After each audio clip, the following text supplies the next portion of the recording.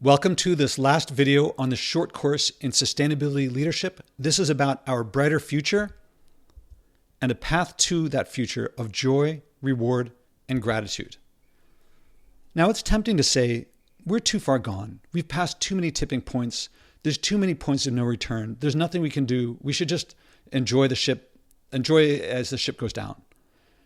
Generations past have said future generations, meaning us, will see the wall we're up against, we'll buckle down, and we'll solve the situation. Instead, we're acting increasingly desperately, giving up. And desperation is what happens when you feel despair. And a lot of people feel despair, helplessness, hopelessness, guilt and shame, and things like that. But even the most optimistic projections that I've seen don't include 341 million Americans dropping their impacts 90% in a few years, improving their lives in the process. And yet I did that. So here's the population, 341 million, coming up on 342. And in the space of 2.5 years, I dropped my impact over 90%, improved my life in the process, and I lead others to do it.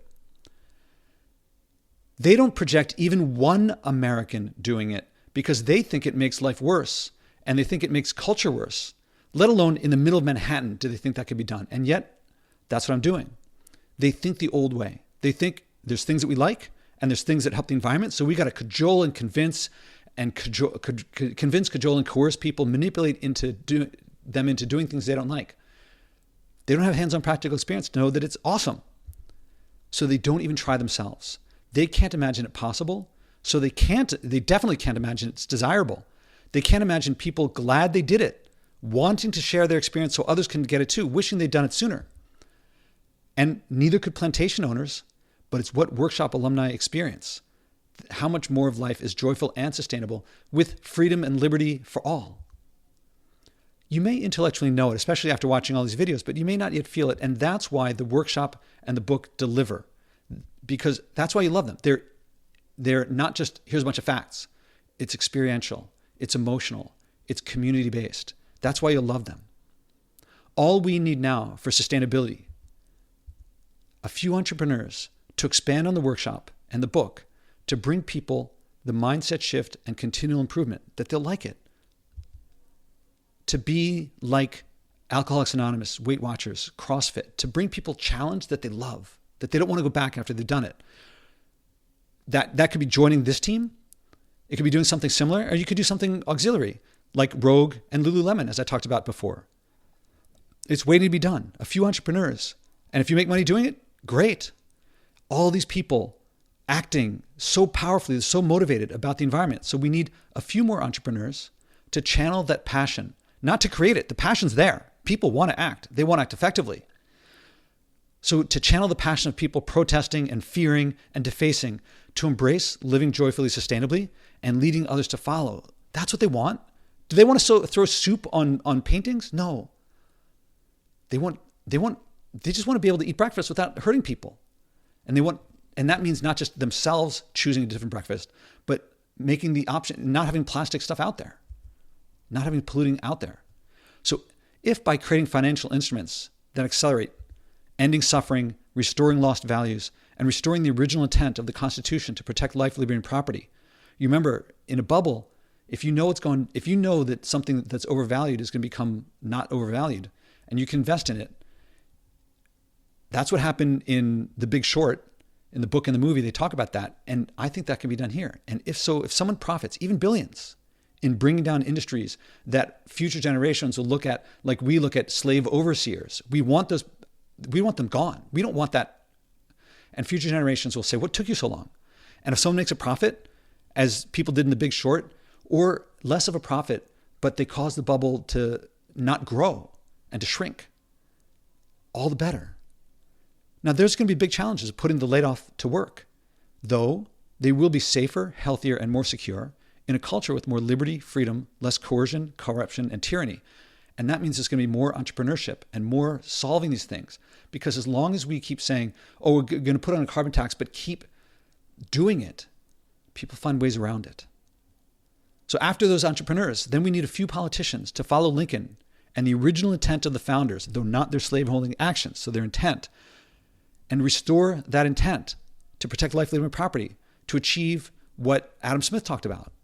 And I suggest doing that with the Apple Pie Amendment to make pollution and depletion go the way of slavery, where it belongs. And note, Lincoln followed countless abolitionists and anti-slavery politicians. He couldn't have done it without all of them. Your contribution matters. Even if you don't organize or run for office, maybe you don't want to be the Lincoln, but you can platform the people who do. So every bit that you do matters. And not just in some abstract sense. You can really make this possible. Maybe you know the celebrities. So all we need now next is we could use a few celebrities, actors, musicians, athletes, cultural icons. They need only live by their values and speak candidly and honestly about why. They'd bring sustainability, these things that it lacks, credibility, integrity, and hands-on practical experience. They don't need to be perfect, just genuine, authentic, and vulnerable. I say great way to start. Put them on the podcast. I'd love to have them on. That'll be their first chance to share their environmental values, act on them. They don't have to be perfect. And probably like most of my guests, they'll come back for a second episode. They'll probably put me in touch with others. They'll thank you for putting us in touch. Now, I don't see anyone stepping up from the class that has the perks to restore today's house divided. So you know what? It looks like I got to take up the mantle and be today's Lincoln. I'm happy to do it. But if you can do it faster or better, you don't have to wait for me. If you get there first, if you want to pass the amendment, if you want to start one of these companies, if you want to become the Lincoln, the Ali, you don't have to wait for me. There's wide opportunity to become the Ali that is the greatest of all time of sustainability. Take it. Recall, sustainability is upstream of racism, slavery, colonialism, imperialism, and tyranny. If you don't like tyranny, if you don't like dominance hierarchies, forcing people, coercing people, if you don't like racism, slavery, if you want to end those things, and you're thinking, well, Josh, we got to work on this first. Unsustainability is upstream of all of those things. That is, if you solved any of them, but you kept living unsustainably, you're contributing to restoring the things that you're trying to solve. Advancing sustainability advances all of them. It's upstream of all of them. It's tempting to say that my sustainability makes me extreme. Oh, Josh, you're so extreme living off the grid. You know who lived off the grid in Manhattan? Everyone who ever lived, not just in Manhattan, but everyone who ever lived up until about 100 years ago. You know who didn't fly? Everyone up until 1903. And even then, very few people flew. It's not hard to live sustainably. It's hard to live sustainably in a culture that promotes unsustainability and rewards unsustainability. But that's a cultural issue. It was hard to be abolitionist before the Civil War. But in today's world, you might see me as extreme, but I'm actually, if you look at the deepest values, I'm more conservative than conservatives today. I'm more liberal than liberals today because they're doing things that are promoting the opposite of what they want. If they're living unsustainably, if they're flying around and buying packaged food, and then they're promoting racism. Tough pill to swallow. I'm more libertarian than libertarians because I practice their deepest values, because unsustainability is upstream of all of those things.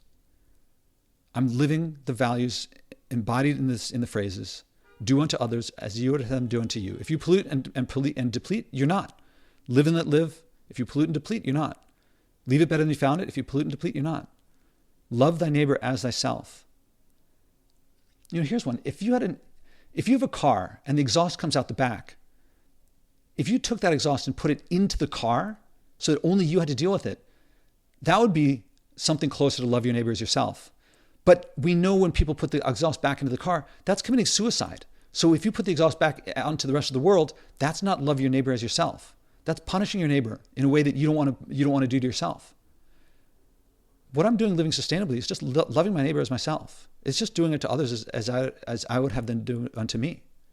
I'm practicing the deepest values. And for that matter, I'm enlightened indigenous. I'm equally practicing enlightenment values and indigenous values. Whether you want to be a global leader and create a legacy to endure centuries in an area of global demand, or just liberate yourself from all that internal conflict so that you can look at children in the eye and tell them you're helping create a healthier, safer, more secure future. If you want headlines and news on the environment to invigorate you rather than fill you with dread because you know you can do something about it, if you want to restore to your life and culture freedom, liberty, and our deepest values, do, leave, live, love. If you want to experience every bit of nature, as wonderful and as beautiful as the Amazon or the Great Barrier Reef, there's a universe in a drop of wine. If you want to restore them, the Amazon, the Great Barrier Reef, all these places in nature, instead of wrecking them by flying there by finding more beauty, awe, and wonder than you'd ever expected without leaving home, because the beauty of those places is in every leaf on every tree. And it's there to be appreciated. If you want to connect with people you would otherwise hurt in your community and around the world, all those people suffering. If you want to experience cultures instead of wrecking them by flying to them, by finding more diversity than you'd ever expected without leaving home, your neighbor. I mean, we're more and more isolated. Let's switch that direction. If you want all those things, what to do here and now, if you want freedom and justice for your nation, read the book, take the workshop, start your mindset shift, continual improvement, join the community so you're swimming downstream instead of upstream. I'm going to end this a little bit different than the other ones. The big picture, read the book, get the big picture. Get the hands-on practical experience from the workshop. Play the scales, do the reps, get it down so it's natural for you. And then join the community and join us and have a great time. Have a ball. No, we're not going to fix everything all overnight. And those 9 million people you're dying, it's still happening, but we're doing the best that we can. And we will change the course of history. That's why I have hope.